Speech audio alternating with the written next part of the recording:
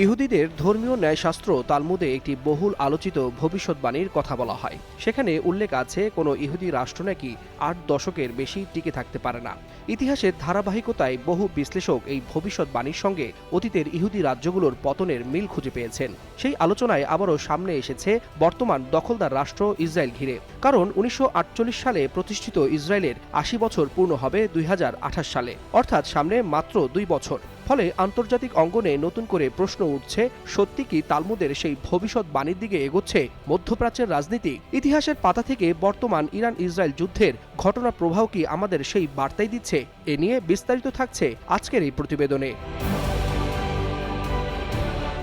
চলতি বছরের ২৮ ফেব্রুয়ারি ইসরায়েল ও যুক্তরাষ্ট্রের যৌথ হামলায় ইরানের সর্বোচ্চ ধর্মীয় নেতা আয়াতুল্লাহ আলী খামেনি সহ বেশ কয়েক ডজন শীর্ষ সামরিক কর্মকর্তা নিহত হয়েছেন। এরপরেই প্রতিশোধের আগুনে জ্বলে উঠেছে তেহরান। ইরানের অভিযোগ, উপসাগরীয় অঞ্চলের কয়েকটি দেশ তাদের আকাশ ও ভূখণ্ড ব্যবহার করতে দিয়েছে যুক্তরাষ্ট্র ও ইসরায়েলকে, আর সেখান থেকেই ইরানের ভেতরে চালানো হামলার ছক কষা হয়েছে। এরপরেই পাল্টা প্রতিক্রিয়ায় তেহরান শুরু করেছে সামরিক অভিযান। এর ফলে যুদ্ধের দামামা বেজে উঠেছে পুরো মধ্যপ্রাচ্য জুড়ে।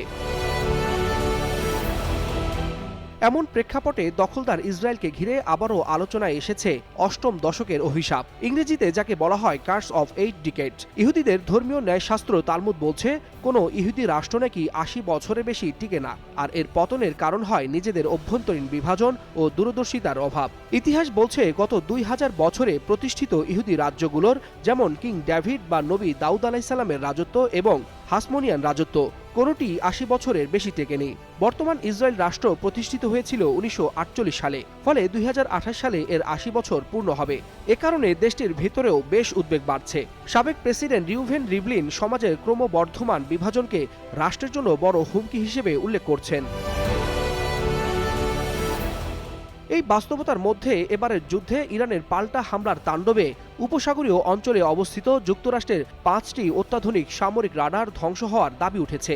সামরিক বিশ্লেষকদের মতে, এই রাডারগুলোর সম্মিলিত বাজার মূল্য প্রায় $৩.৫ বিলিয়ন, যা বাংলাদেশি মুদ্রায় প্রায় ৪৫,০০০ কোটি টাকার সমান। আর এটা শুধু অর্থনৈতিক ক্ষতিই নয়, কৌশলগত দিক থেকেও এটি বড় ধাক্কা বলে মনে করা হচ্ছে। কারণ এই উচ্চ ক্ষমতাসম্পন্ন রাডারগুলো ধ্বংস হয়ে গেলে ইরানের ব্যালিস্টিক ক্ষেপণাস্ত্র শনাক্ত ও প্রতিরোধ করা আগের তুলনায় বেশ কঠিন হয়ে পড়বে ইসরায়েল ও আমেরিকার জন্য।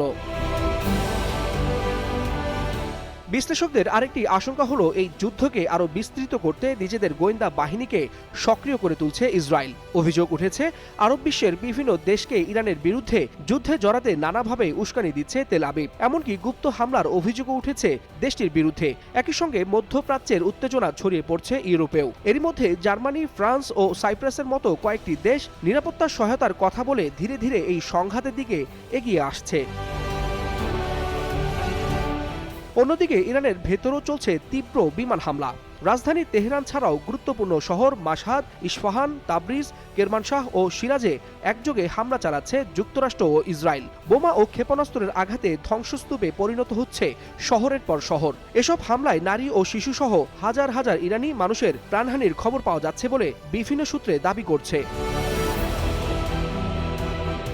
তবে যুদ্ধের এই ভয়াবহ বাস্তবতার মাঝেও নতুন করে আলোচনায় উঠে এসেছে সেই পুরনো ভবিষ্যৎবাণী।